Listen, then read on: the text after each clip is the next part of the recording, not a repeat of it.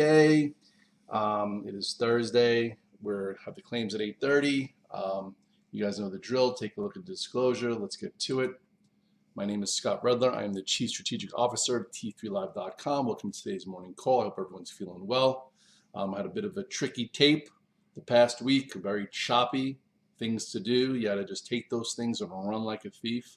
If you didn't, it definitely could have been a little bit more complicated. At this point, hold on, let me just move this over. Um, where are we at? Spies are up a little bit. The Qs are up a bunch. Um, Definitely making it real choppy. Here are the spies, here are the Qs, right?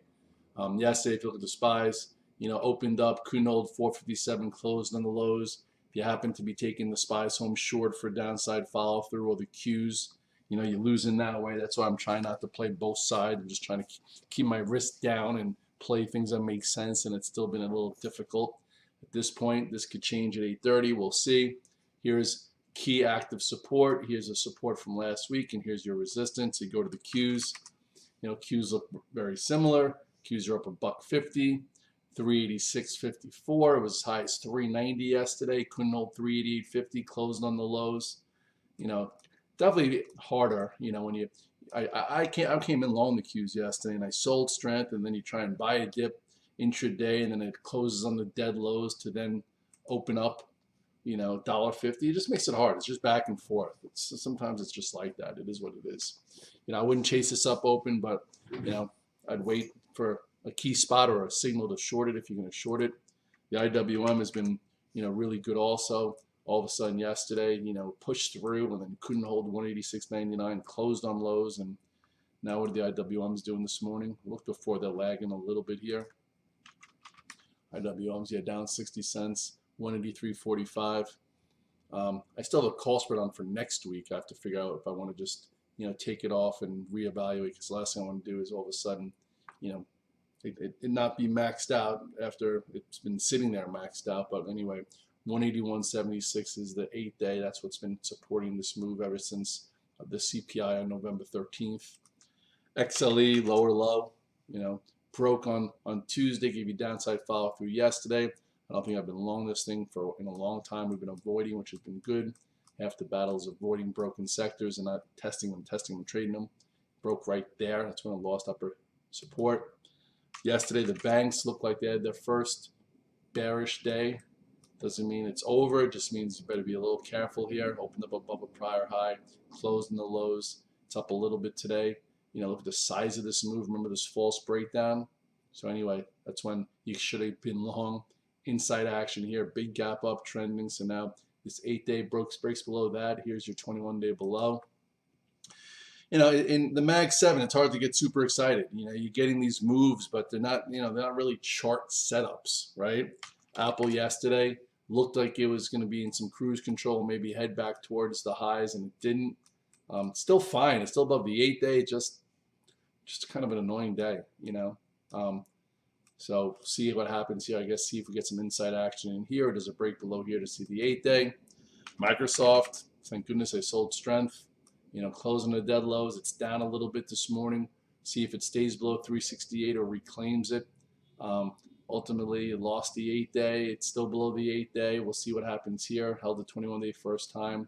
It's down a bunch this morning. Not a whole lot, but it's down. But then you have Google up because Google released the Gemini, which people have been waiting for.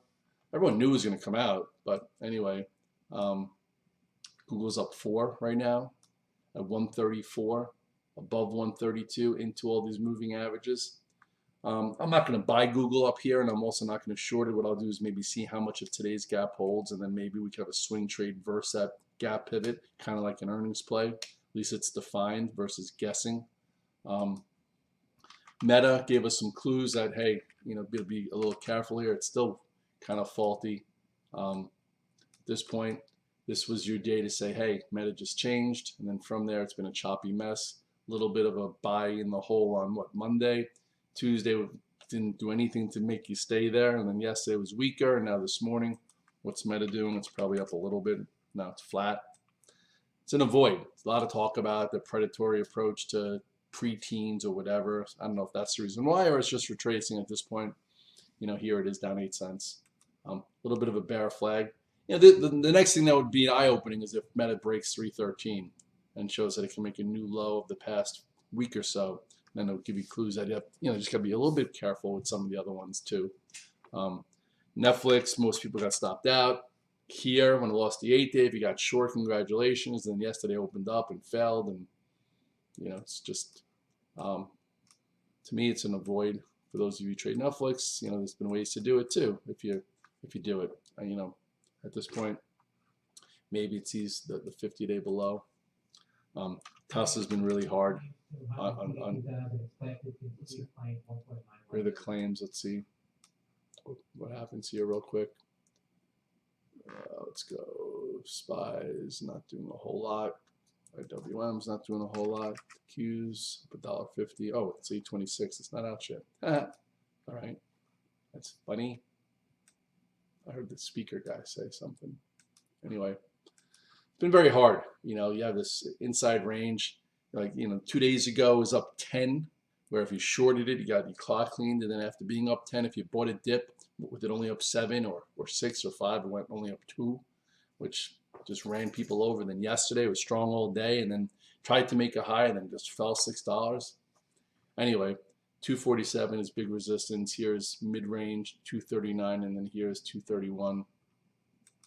At this point, it's Tesla doing. It's up 220, 241. I don't know. I wouldn't buy it. I wouldn't short it. Just watch it. I guess I've lost a bunch of money back and forth with this one. NVIDIA was at least gave you some follow through, right? NVIDIA gave you a buy the dip, and then it sell some strength. And some people said, "Hey, Red Dog, I made money shorting this thing. What's the matter with you?" I'm like, okay. I made good money in NVIDIA yesterday because I sold it pre-market. I sold it up 4, then I sold it up 6, and I said I'm done with it. And kind of went to resistance and failed and didn't hold this and closed on the lows. All right, I guess that makes sense. What's NVIDIA doing this morning? It's up 2.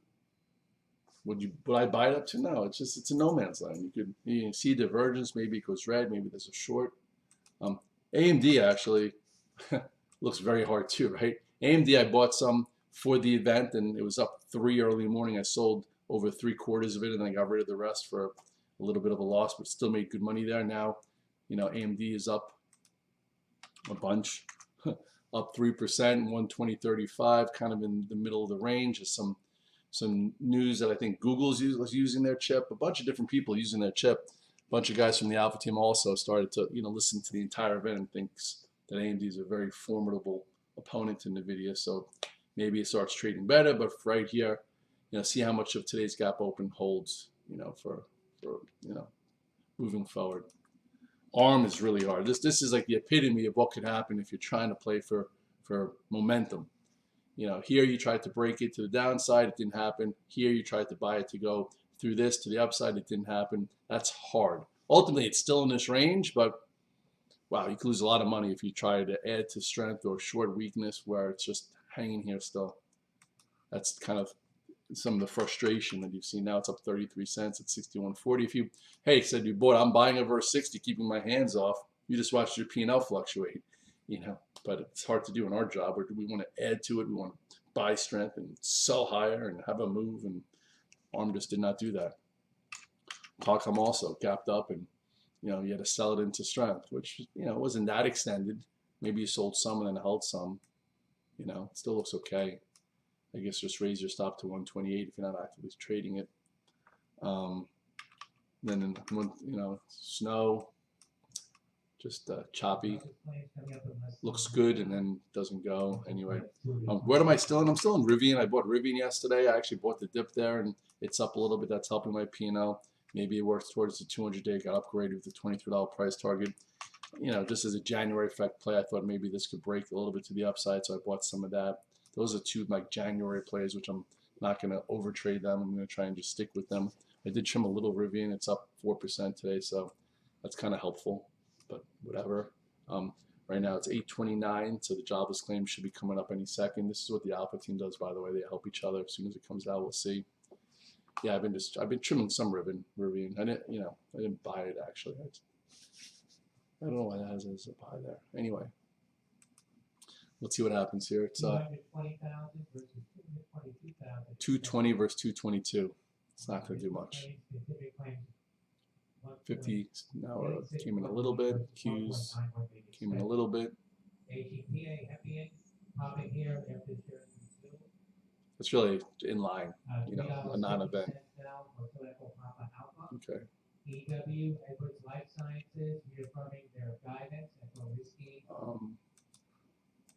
So I guess you know the two things that are up via news is Google and AMD to see if they hold.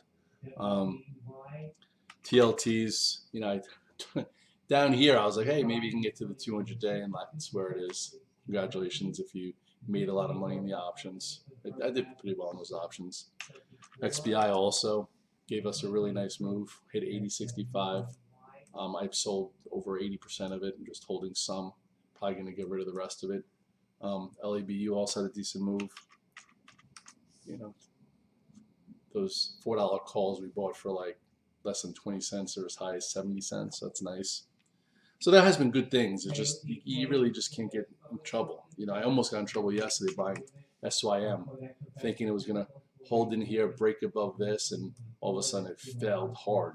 Thank goodness I got away from it, but it's still kind of troubling. You know, that was wow, just like that. You lose your control, you lose your focus. It's very easy to lose. So anyway, at this point, it's kind of broken. I would avoid it. This path also thought maybe, you know, it would go quicker. Didn't. Kind of just still here, still letting the 8-day catch up. So I have options on for next Friday, which is probably enough time. But I got stopped out of the stock when it broke this little area. It's going to have to start looking better, looking ready to go for me to get back in the actual stock. Other than that, I'll stay in the options. This was the out. Gold, you know, it's trying to rebuild after a little bit of a trappy trade on Monday. This was definitely trappy. Looked great going into the weekend. Open you know, over the weekend it was up a lot, and then boom. Still fine, but it's just hard. Bitcoin, wow, what a move. You know, what a move. I put a lot of Mara options at 11 and didn't stick with them. Just some little things could definitely beat you up a little bit in your brain. But anyway, gotta get over it. So this was what, 44? 45. That's how high I got. Okay. I knew there was something different there. And now you have a little bit of an inside day. What's this? 42.8. Beautiful move. Coin, what's it doing? Okay, filled this gap. Get rid of this. Looked as if, you know, it was ready to break lower. Now, see what happens into the 8-day, I guess. And ultimately, it's 8:33. Tomorrow's a jobs report. You got to figure out what you want to do. You know, this morning Microsoft's down 2, right? So everything's kind of different. You know, you have Microsoft down 2, that was stronger, and then you have Google up 4 because of the news. You have Apple doing a whole lot of nothing, up 24 cents. You have Amazon with a pain yesterday, it's up $1. Couldn't buy a rally there yesterday, you know, but still hanging in the range. Sometimes they just got to rebuild. You know, I thought maybe it would be breaking above 149.26. It didn't happen yesterday. Maybe it rebuilds today and happens later this week. We'll see. That's why sometimes you just got to be an option so you don't overtrade it. And at this point, I wouldn't be in a rush to like fade this move or buy, let things settle, and you know, see what kind of programs are going on today. Because lately it's been like when the IWMs want to be strong, they'll sell the tech. When the tech wants to be strong, then IWM hangs in. It's just, and then there's rarely just specific equity, you know, that are anointed, that, you know, act on their own, you know, their own being. You have it here and there, but you know, you got to be careful. Make sure you're only on those days. Like Nvidia had a decent day that day, and then, you know, looked strong. That's why I took it home, and now it's like, who knows? Just in this range. So when it's range bound, it's range bound. You got to control yourself and take some trades and have some gratitude for whatever it is you're grateful for. And the more you're grateful for, the less upset and, you know, the more positive you could be. Anyway, good luck today, guys. I'm going to post a few more charts. Bye-bye.